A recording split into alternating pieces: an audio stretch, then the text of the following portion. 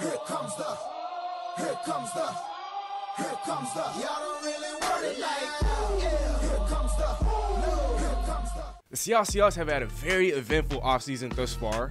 Obviously, as I mentioned in the last video, Russell Wilson voiced his displeasure with the Seattle Seahawks front office, kind of had to flex his muscles a little bit, but now that he's supposedly gotten what he wants, the Seattle Seahawks still have a few glaring holes on the roster, namely wide receiver 3. While that remains an area of need, not to dismiss any of the other moves that the Seattle Seahawks have made, they've made moves to bolster their pass rush, they made moves to bring in offensive linemen, they made moves to bring in tight end help, they made moves to bring in one of the best and brightest offensive minds in all of football in Shane Waldron.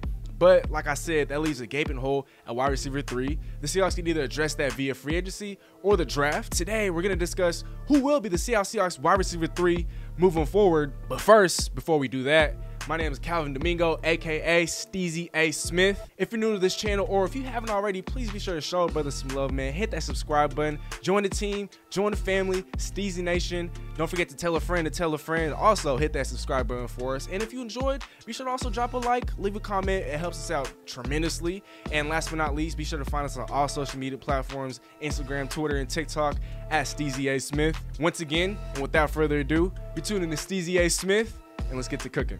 So, moving forward, the Seahawks have about $7 million in cap space to work with, so not too much money. And if you reserve some of that for the Seattle Seahawks draft class, or for the Seattle Seahawks incoming draft class, well, that number dwindles down to about $3 to $4 million. And so if the Seahawks are going to bring in a quality wide receiver 3, they're either going to have to trim some fat or restructure some contract. Now, with that being said, some of the wide receivers remaining on the market aren't really going to command a lot of money. We're talking about guys like Antonio Brown from the Tampa Bay Buccaneers. We're talking about Golden Tate.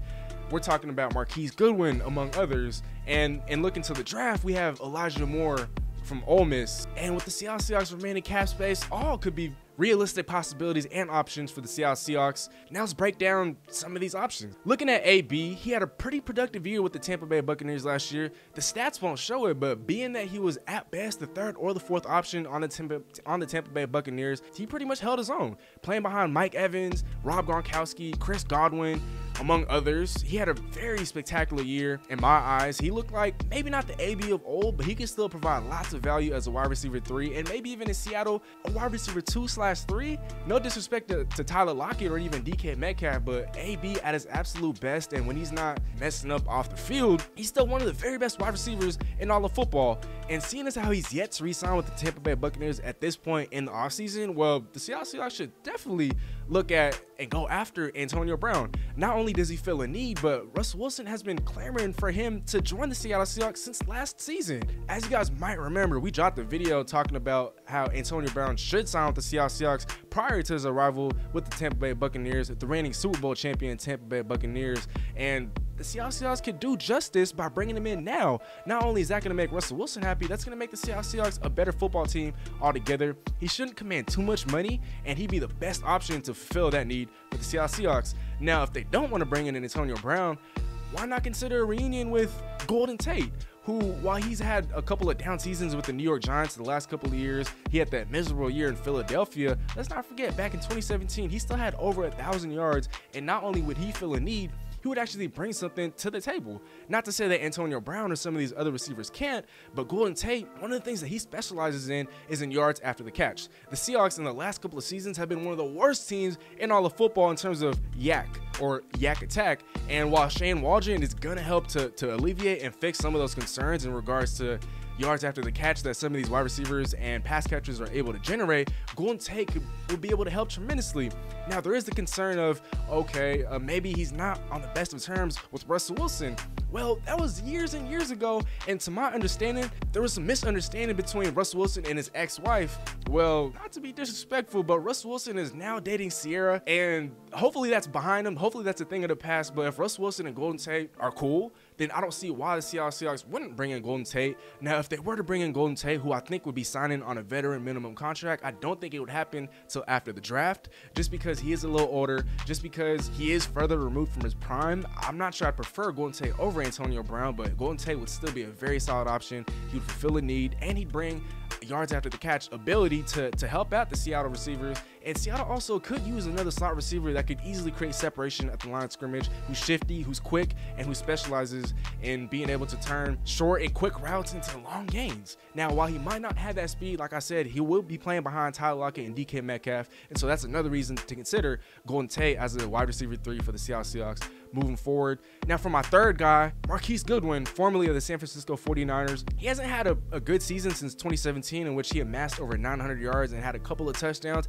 but let's not forget, this man has blazing speed. He opted out of the season last season due to COVID concerns, but he still boasts a 4.27 40-yard dash time, and with that speed, he'd essentially be replacing Philip Dorsett, who played for us last year but didn't actually play in any games because he was recovering from toe surgery. But he'd be a perfect replacement and a complement to what the Seattle Seahawks like to do. As we all know, the Seahawks are one of the best in all of football when it comes to throwing the deep ball, and Russell Wilson is one of the chief reasons as to why the Seahawks have one of the best passing offenses when throwing deep. Russell has arguably the best deep ball in all the NFL, and by bringing in a deep threat who boasts a 4.27, pair him next to DK Metcalf, then we have track stars all over the football field.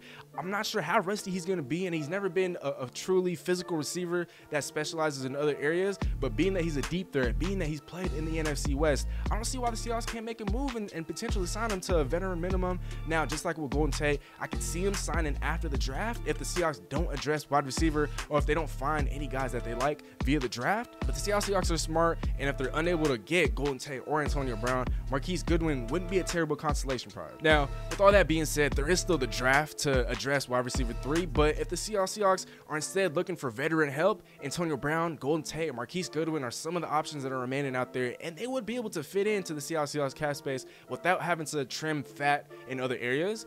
But if Russell Wilson is willing to maybe restructure his contract, or maybe even a Bobby Wagner, or maybe the Seahawks extend Jamal Adams after the draft, then maybe if Antonio Brown is looking for a little bit more money, maybe he's the guy.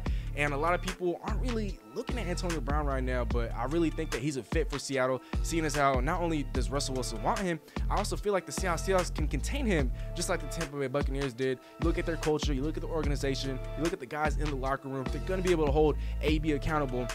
So if you ask me, the Seattle Seahawks most definitely target Antonio Brown as a wide receiver 3 moving forward. Let me know what you guys think in the comment section below. Who should the Seattle Seahawks target at the wide receiver 3 spot?